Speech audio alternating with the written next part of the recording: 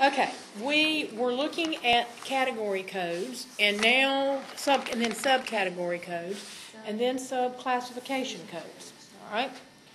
So we saw how they work in Salmonella, and what I now want to do is move to the next section, because so far we have talked about chapters, we've talked about category codes, we've talked about subcategory, and we've talked about subclassification. But there's one thing we've missed, and that would be the sections. And I'm trying to fix this so my head isn't chopped off. That's why I'm having trouble. Or that I'm not just a bobbing head. All right, all right, now, you found the 001s to 139s. But immediately underneath that, do you see another boldface area that says intestinal infectious diseases? And that's code 001 to 009. Well, isn't that a part of 001 to 139? Yeah, it is. Well, if that is a section, that means it's got similar things together. You with me? What would the next section be? If that ends at 009, the next one would be 010. All right, so what is 010? It's tuberculosis, isn't it?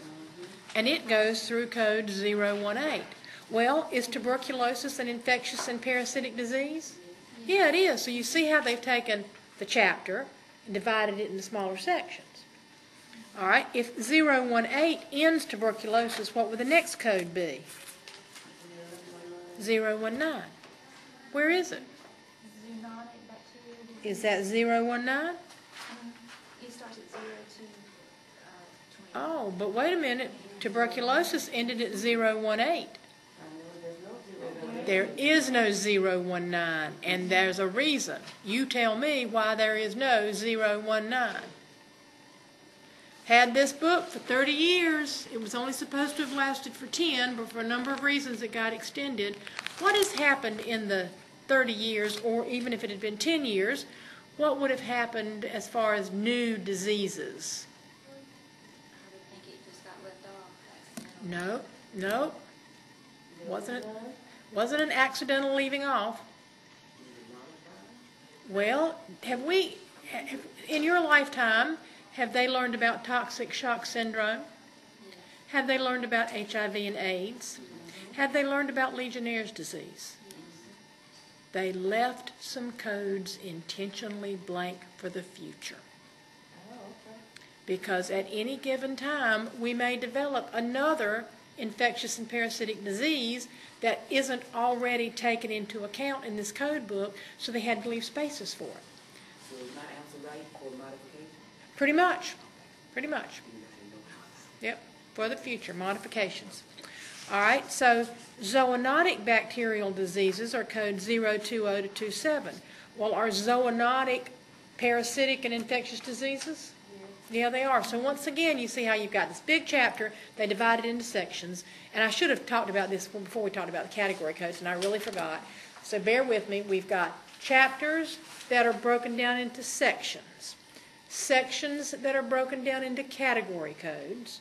Category codes that are broken into subcategory codes.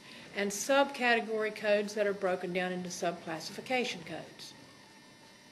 The easier way to say it is we've got chapters divided into sections, which are divided into 3-digit codes, and 3-digit are divided into 4-digit, and 4-digit are divided into 5-digit.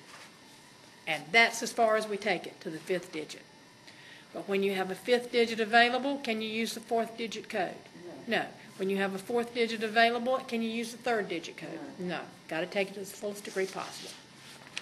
And the entire book is arranged exactly as we've just seen it. They take every chapter, break it down into sections that are similar. Sections get broken down. All right, let's look at code 800 to see another example of it. Now, you already have learned that the 800 to 999 codes are the injuries and poisonings. So you can expect that one of the first, or actually the first section in the chapter for injury and poisoning is what? Fractures. So every fracture known to man is going to be coded somewhere between 800 and 829, isn't it?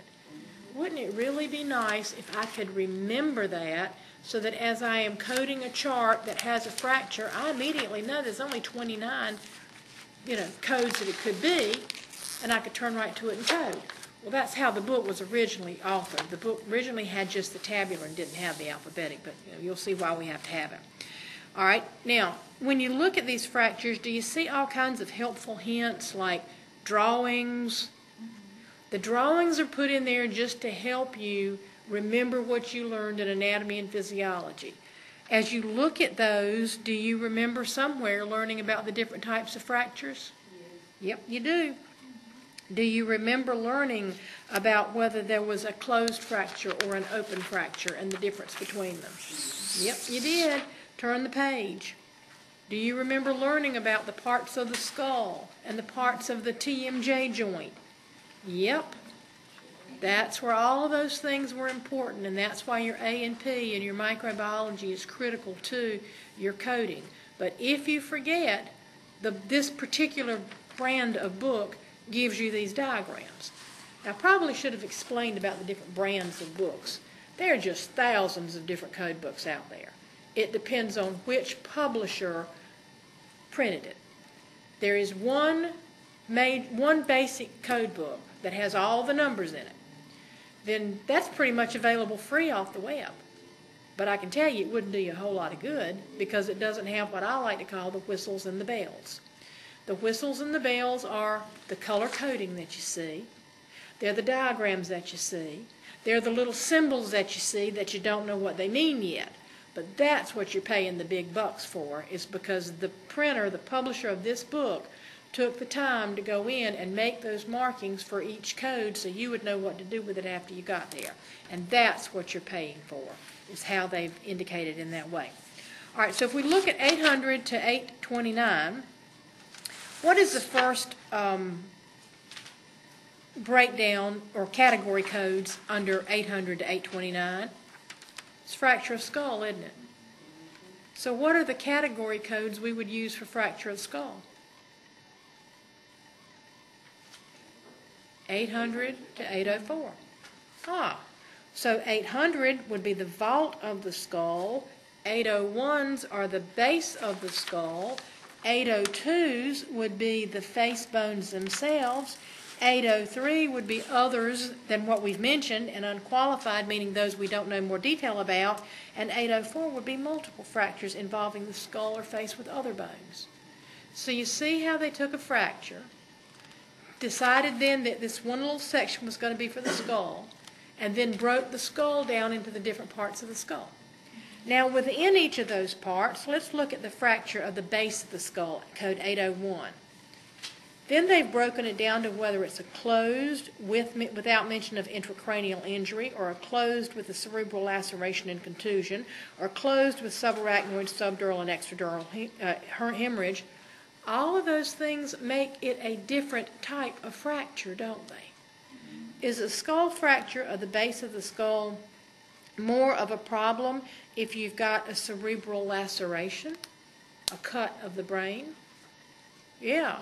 Does it have more problems if you've got a subarachnoid hemorrhage to go along with it? Yes. Yeah, because that's a type of CVA, cerebrovascular accident or stroke. So each one of those is a different category telling us more information about it. Now look over at code 805 to 809. These are fractures of your neck and your trunk. And I'm particularly wanting you to look at 805